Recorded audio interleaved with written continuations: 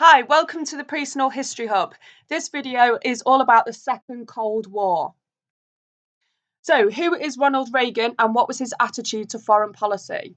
So, in the 1980 presidential election, Ronald Reagan defeated Carter and became US president. Reagan believed to take a tougher line with the Soviet Union than Carter had. Fighting communism became the major emphasis of Reagan's policy, and he made it clear that he intended to confront the Soviet Union whenever possible. This change in policy has been called the Second Cold War. Reagan was aware of the arsenal of weapons that the Soviet Union had built up, but was determined not to be intimidated by it.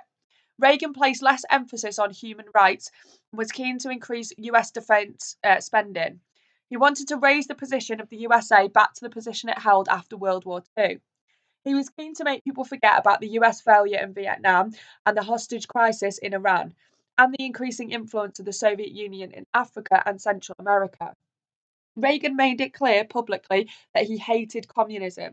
He famously said, "Here's my strategy on the Cold War: we win, they lose." He also commented, "Communism works only in heaven, where they don't need it, and hell, where they've already got it." So, what was Reagan's defense policy? Reagan announced that the US defense program between 1981 and 1987 would cost more than $1 trillion. The defense program included 100 MX missiles, 100 B-1 long-range and supersonic bombers, the construction of a new stealth bomber that was invisible to radar, and 6 Trident nuclear submarines. The development of the neutron bomb, so this weapon killed people but did little damage to property. As a result of the deployment of Soviet SS-20 missiles in the Western Soviet Union, the USA decided to place cruise missiles which couldn't be detected by radar in Western Europe. The result of this defence strategy was a worsening of superpower relations. So, what's the impact of Reagan's policies? There was a view that Reagan and his advisors felt that they could win a limited nuclear war against the US using a strategy known as NUTS, or Nuclear Utilization Target Selection. NUTS involved directing weapons at opponents' warheads rather than at their cities to destroy their nuclear weapons. Tension began to rise because this went against the theory of MAD that was held at the start of the Cold War. The theory of MAD, mutually assured destruction, rested on the belief that if both sides had nuclear weapons, it actually made each side more secure and less likely to go to war, as it would mean world destruction. As if one side set off a nuclear warhead, the other would counterattack before the other had landed. Nutt suggested that Reagan did not see things quite in the same way as his predecessors. The zero option. Reagan was prepared to discuss arms limitations, but he knew he was approaching talks from a position of strength because the Soviet Union was experiencing economic problems. In November 1981, Reagan proposed his zero option, the cancelled deployment of new US intermediate range missiles in Western Europe, in return for the Soviet Union dismantling their own missiles in Western Soviet Union. Brezhnev rejected the offer. Some historians say that Reagan knew that Brezhnev would refuse, and then the USA could use this as an excuse to place even more missiles in Europe. In a speech in the House of Commons on June 8, 1982, Reagan called the Soviet Union an evil empire. Later in the year, the new leader of the Soviet Union, Andropov, viciously responded by calling Reagan insane and a liar. They even said he was fanning the flames of war and likened him to Hitler. Despite Reagan's evil empire speech, US arms build-up and bad attitude, negotiations to reduce arms continued, and Reagan called this START, Strategic Arms Reduction Talks. This was made harder, however, by events in Poland. The USA gave secret assistance to Polish workers' trade union movements. These movements had been banned by the Soviet Union in 1982. The USA criticised Brezhnev and the Polish government for their heavy-handed approach and responded by banning all high-tech trade with the Soviet Union. Things got worse when the Soviet Union walked out of START talks in 1983 and Reagan announced the Strategic Defense Initiative, also known as SDI. So, what actually is SDI? On March the 23rd, Reagan announced SDI. This was quickly nicknamed Star Wars by the media. SDI was a plan for a ground and space-based laser-armed anti-ballistic missile system that, if deployed, would shield against missiles launched in the US, destroying them in the process. 4 days after the president's announcement and in response to it, Andropov spoke out firmly. He accused the USA of preparing a first strike attack on the Soviet Union and said Reagan was inventing new plans on how to unleash a nuclear war in the best way in the hope of winning it. Andropov saw that the SDI would give the USA an advantage in any conflict and also give them a tactical advantage. The US Congress voted in favour of funding the SDI development.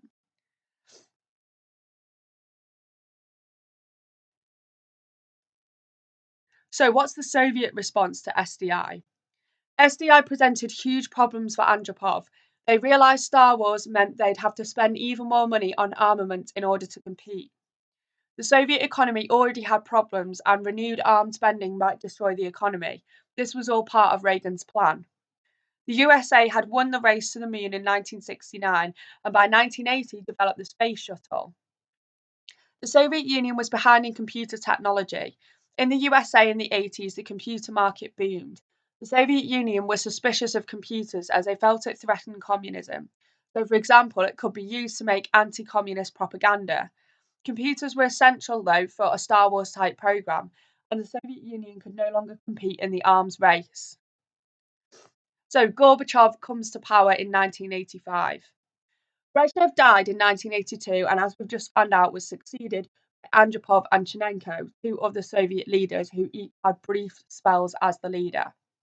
By March 1985, though, a young Soviet leader came to power called Mikhail Gorbachev. Gorbachev was prepared to adopt drastic policies to improve superpower relations. He knew that he needed to improve the relationship, as he knew that without change, the Soviet Union would collapse. Gorbachev was a lawyer by trade and had no foreign policy experience prior to becoming the leader. By 1985, as we've already learned, there was also the new US president, Ronald Reagan. When Gorbachev first met Reagan, he was not keen. However, Gorbachev's new thinking led to major changes in relations with the USA. He knew that the Soviet Union faced many problems. The economy was not nearly as efficient as America's, and their standard of living was excellent in comparison to the Soviet Union. In the USSR, there were frequent shortages. So, for example, it was not uncommon for housewives in Moscow to queue up for a loaf of bread for 5 hours. This meant many people in the Soviet Union had lost faith in communism.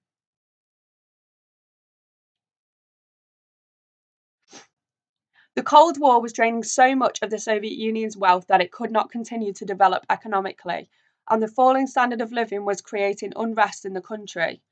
Gorbachev wanted to address these problems by reforming the Communist Party in the Soviet Union and modernizing it to a Soviet style socialism.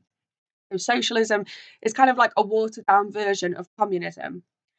He did not intend to abandon the Communist Party, but introduce a radical program of reform known as New Thinking. He was hoping to revive communism.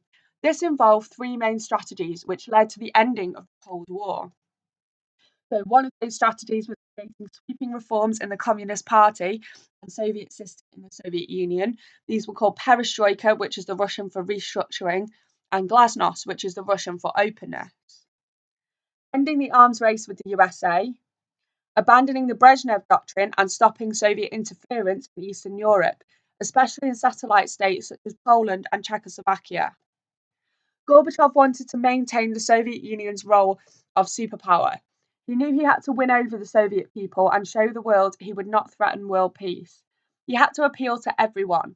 Gorbachev had only been in power 1 month when he started to visit supermarkets, truck factories, schools, and hospitals.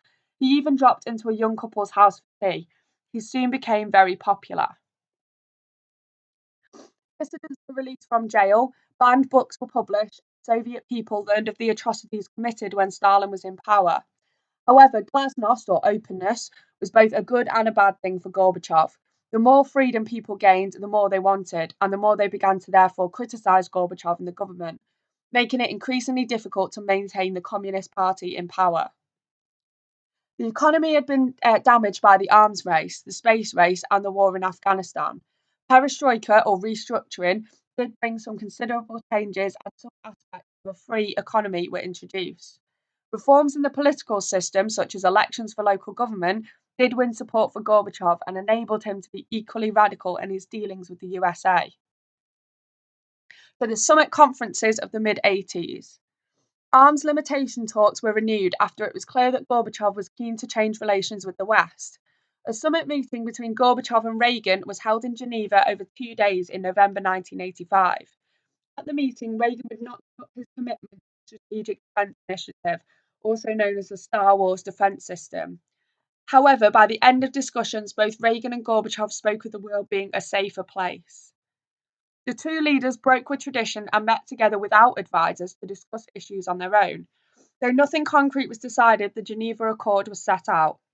This committed the two countries to speed up arms talks, work towards the abolition of chemical weapons, be more active on issues of human rights, and both leaders promised to meet again in the near future. It was clear to many that the two men had to be amicable or friendly, despite the poor relations between their countries in the early 1980s. A second meeting was eventually set for October 1986 in Reykjavik in Iceland. The summit meeting between Reagan and Gorbachev collapsed after the two leaders had cautiously agreed to large reductions in nuclear arsenals, but became deadlocked again on the crucial issue of restricting the US Space-Based Defense Program, or SDI. In a news conference after the summit, Gorbachev seemed frustrated and visibly downhearted over the breakdown of talks. He said Reagan's insistence on deploying SDI had frustrated and scuttled the opportunity for agreement. For the INF Treaty in 1987. The third summit was held in December 1987, and a breakthrough was achieved with the agreement of the Intermediate Range Nuclear Forces Treaty, or INF. Gorbachev had refused to sign an arms treaty with Reagan at Reykjavik because Reagan had refused to drop his plans for SDI. Reagan was still committed to SDI in 1987, but Gorbachev changed his mind for several reasons. He was convinced that nuclear weapons would not guarantee Soviet security anyway and were far too expensive. Reagan convinced Gorbachev that the USA did not intend to invade the Soviet Union. Gorbachev realised that the Soviet economy would never recover as long as it was spending money on nuclear weapons. He also believed that disarmament would win him popularity in the West, and that in turn would encourage trade deals between the Soviet Union and the West. The treaty eliminated nuclear and ground-launched ballistic and cruise missiles with ranges of 300 to 3,400 miles. By the treaty's deadline, the 1st of June 1991, 2,692 such weapons had been destroyed, 846 by the USA and 1,846 by the Soviet Union. Also, under the treaty, both nations were allowed to inspect each other's military installations. There were strict procedures put in place on both sides to check that nuclear weapons were actually being destroyed. Reagan described INF as the realization of an impossible vision. Meanwhile, Gorbachev stated it had universal significance for mankind. Both leaders stressed that INF was only the first step towards the next bigger step, which was getting rid of half of the long-range nuclear weapons. It was hoped that the treaty would be signed in Moscow in 1988. So there is the signing of INF. The INF Treaty was then followed by several further agreements built up to the end of the Cold War, including the Conventional Armed Forces in Europe Treaty, or CFE, in 1989, and the Treaty for the Reduction and Limitation of Strategic Arms, START 1, signed in 1991. What was Gorby Mania? After the INF Treaty, the final summit meeting was held in Moscow in May 1988. By this time, much of the West seemed to be taken over by what became known as Gorby Mania. It was as if Gorbachev had become a pop star. Furthermore, the wives of the two leaders also played a role in pushing the two leaders together. Crowds were happy to watch them wherever they went. This was all very different from the days of the 1950s.